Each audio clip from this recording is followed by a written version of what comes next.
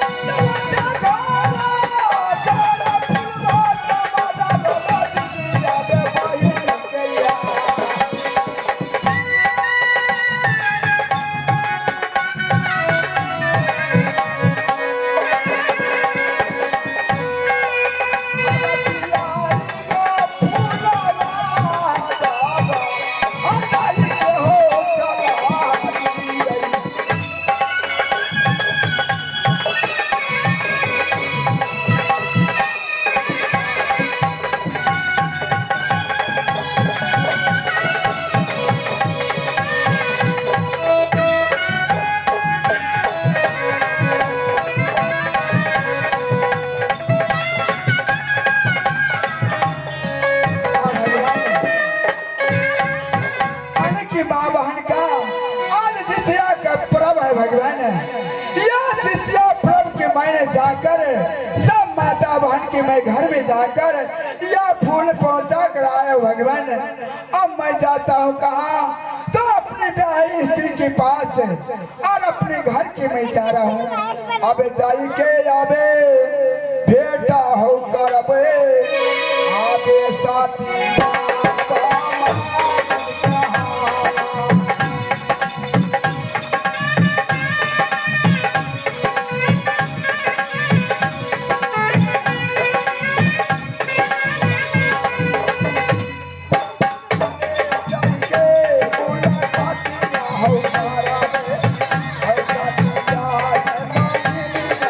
Thank you.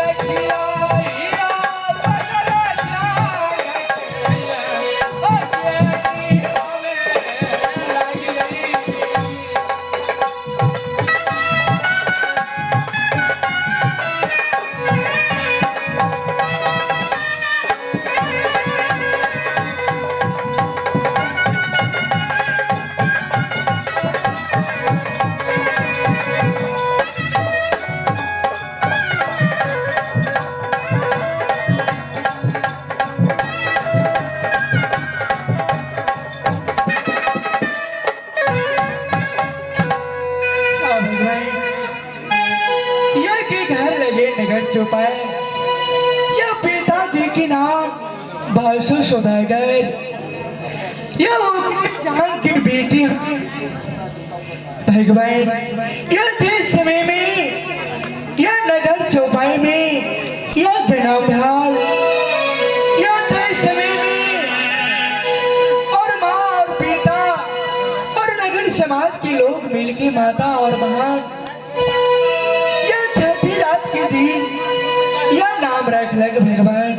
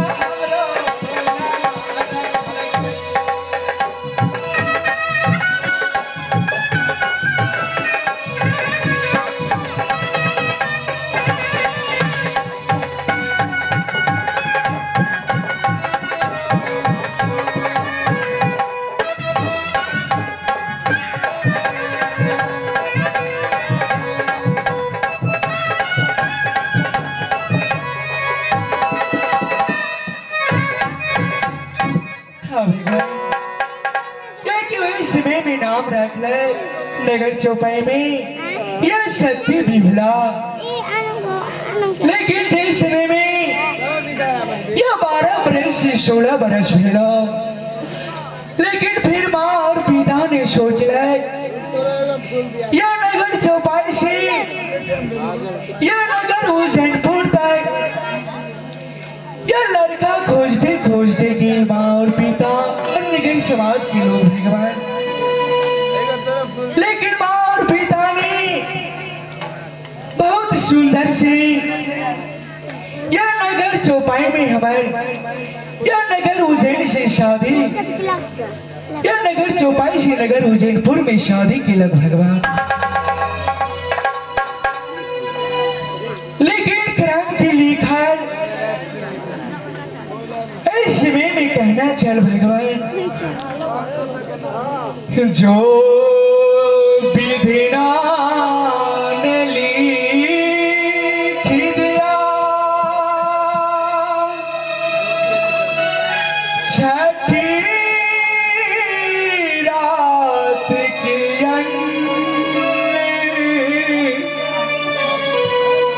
राई घटे नदी बढ़े जो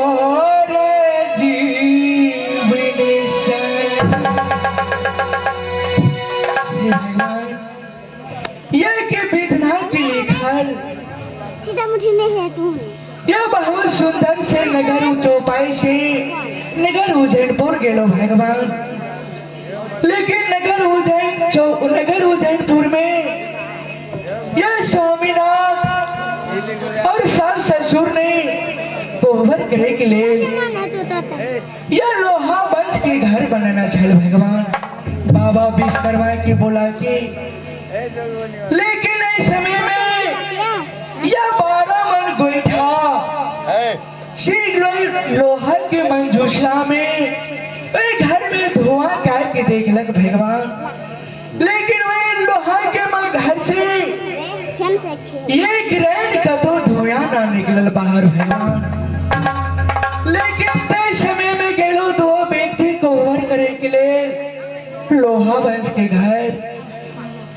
या कोहबर करे के समय में यह 5 जन्म की यार छाल सूरजानाथ भगवान, लेकिन पांचों बहन बिसारा ने सूरजानाथ के धोखा से सत करा के यह कोहबर करे के समय में यह कोहबर घर में जाके सूरजानाथ की भेज के यह स्वामीनाथ की डांस के लग भगवान।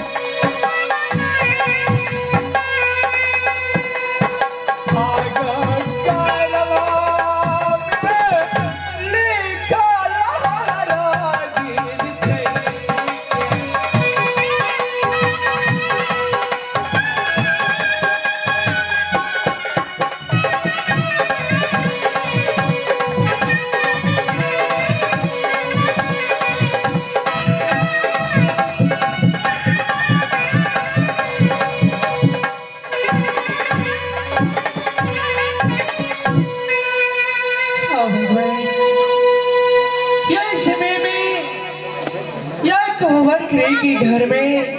या स्वामी नरसिंह भगवान, लेकिन हाथ सवेरे या सास ससुर के या जानता बैल भगवान, लेकिन तय समय में सास ससुर ने कहला यह ना भाग ले, यह कुलछनी के लाभ लोग हर या कोबर घरे के समय में या हमारे बेटा के या कोबर घर में भागल भगवान हे प्रभा। लेकिन वही समय में सास ससुर ने प्रेम की चंडाल भागल भगवान। उस समय में कातलो कहलो हे माँ हे पिता, यह दुनिया संसार में यह जते तुरा यह बेटा से सुख प्राप्त है हे माँ हे पिता, वही समान तुरा चरण की सेवा करवा हे पिता। लेकिन प्रेम की चंडाल भागार स्वामीनाथ के मरते यह प्रेम की चंडाल डोम चंडाल के हाथ से यह घर से निकाल के बिखरे क्या दलक भगवान। यह निघोर बोन जंगल में यह डोम चंडाल के कहलो भैया, एक अबला नारी के मारने से दुनिया संसार में थोड़ा कोई फायदा नहीं तो भैया, इस समय में तू हमारा जान बकस देवा भैया। ये पर स्वामीनाथ की लाश के लाके जरूर की इंद्रासन जाओ और इंद्रासन में जरूर की इंद्र भगवान से जीवन दान वापस कराओ भैया। लेकिन वही समय में डोम चंडाल या बेनती के लोग भैया से तिलिंगोर बहुत जंगल में छोड़ दिले भगवान।